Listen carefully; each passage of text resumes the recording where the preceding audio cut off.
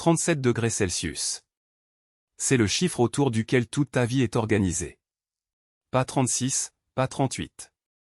37 avec une tolérance de plus ou moins 0,5 degrés Celsius, pas 1 degré de plus. Parce que tes enzymes, ces petites machines qui font tourner ton corps, elles fonctionnent dans une fenêtre ultra précise. En dehors de ça, c'est le chaos. Et pour tenir ce chiffre, ton corps ne chôme pas. En ce moment même, il jongle simultanément avec la transpiration, les frissons, la vasodilatation, la vasoconstriction, la chair de poule, la combustion de tes graisses brunes, ton métabolisme de base, ta respiration, et même ton comportement, comme chercher l'ombre instinctivement. Tout ça, en même temps, en permanence, sans que tu le décides. Une déviation de seulement 2 degrés Celsius au-dessus de la normale peut suffire à altérer ta conscience. Tu deviens confus, désorienté. Tu dérailles. Et c'est là que ça devient dingue. Si ta température centrale franchit les 41 degrés Celsius, tes protéines commencent littéralement à se dénaturer. Exactement comme un blanc d'œuf qui cuit dans une poêle. Irréversiblement. Ce n'est plus de la biologie, c'est de la chimie basique. Ton corps consacre une fraction significative de son énergie quotidienne juste à maintenir ce seul chiffre en vie. Pas à courir, pas à penser. Juste à rester à 37 degrés Celsius. Tu savais que t'étais aussi fragile que ça, toi? Ton corps fabrique de l'eau oxygénée. Oui, comme celle que tu utilises pour désinfecter une plaie. Mais là, c'est à l'intérieur de toi, en ce moment même. Les responsables, ce sont les neutrophiles. Des cellules immunitaires ultraviolentes, des soldats de première ligne qui patrouillent dans ton sang. Quand une bactérie s'infiltre quelque part, ils foncent dessus, ils l'engloutissent, et là, ils balancent un cocktail de radicaux oxydants directement à l'intérieur. Ce mécanisme s'appelle le burst oxydatif. Traduction, une explosion chimique en miniature, localisée, qui carbonise le pathogène de l'intérieur. La quantité est microscopique, mais localement, c'est une bombe. Et c'est là que ça devient dingue. Certaines bactéries ont eu le temps d'évoluer des contre-mesures moléculaires pour neutraliser cet acide. Une véritable course aux armements qui se joue dans tes tissus, en silence, à une échelle invisible. Quand tu vois une plaie rougir et gonfler, une partie de cette chaleur, c'est ce feu chimique. Ton inflammation, c'est un champ de bataille. Ton corps n'attend pas les médicaments. Il attaque en premier, avec ses propres armes. Tu savais que t'avais une usine à désinfectants intégrée, toi?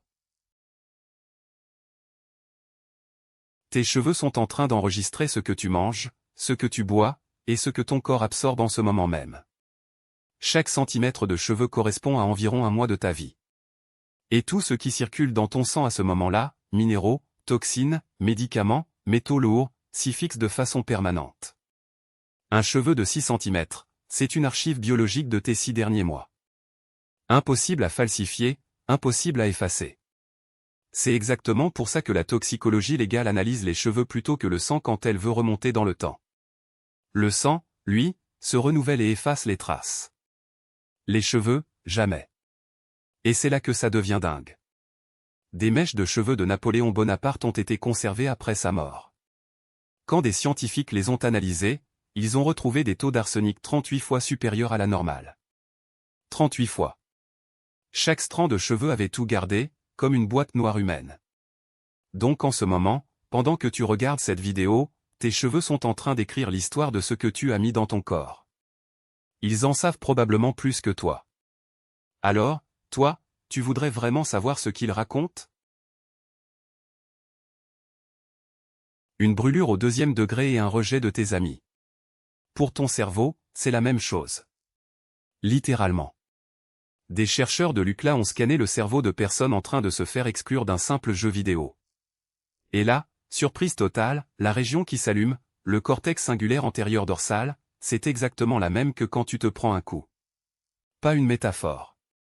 Le même panneau d'alerte, la même zone, le même signal de danger. Mais attends, ça va encore plus loin. Les scientifiques ont donné de l'ibuprofène à des participants, tu sais, le truc que tu prends pour un mal de tête. Et ce signal de douleur sociale a partiellement diminué. Un antidouleur classique qui atténue la souffrance du rejet. Et c'est là que ça devient dingue. Ce signal dure bien plus longtemps qu'une douleur physique. Un coup, ça passe. Un rejet, lui, peut résonner pendant des heures. Et les personnes chroniquement seules ont des niveaux de cortisol, l'hormone du stress, comparables à quelqu'un en burn-out professionnel total. Ton cerveau a évolué comme ça exprès, pour nos ancêtres, l'isolement signifiait la mort. Alors il a appris à rendre la solitude insupportable, pour te forcer à rester dans le groupe. La douleur sociale n'est pas dans ta tête. Elle est dans ton cerveau. Et toi, tu savais que le rejet faisait aussi mal que ça?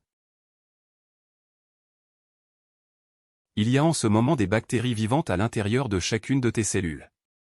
Pas des intrus, pas une infection. Des locataires permanents, installés là depuis près de 2 milliards d'années. On les appelle les mitochondries. Et leur histoire est complètement folle. À l'origine, c'étaient des bactéries totalement indépendantes. Un jour, une cellule ancestrale les a englouties sans les digérer. Et au lieu de mourir, les deux ont fusionné. La cohabitation a tenu. Elle tient encore aujourd'hui, en toi, en ce moment même. Ce qui est dingue, c'est que les mitochondries ont gardé leur propre ADN. Distinct du tien. 37 gènes bien à elles, hérités directement de cette bactérie d'il y a 2 milliards d'années. Dans une seule cellule musculaire, tu peux en avoir jusqu'à 2000. Et c'est là que ça devient vraiment vertigineux. Si elles s'arrêtaient de fonctionner pendant seulement 10 secondes, tes cellules n'auraient plus d'ATP, le carburant universel de tout ce qui est vivant. Plus d'énergie. Plus rien. Tu n'es pas un individu unique. Tu es une colocation entre toi et un microbe ancestral qui a décidé, un jour, de ne jamais repartir. La question, elle est là, qui dirige vraiment?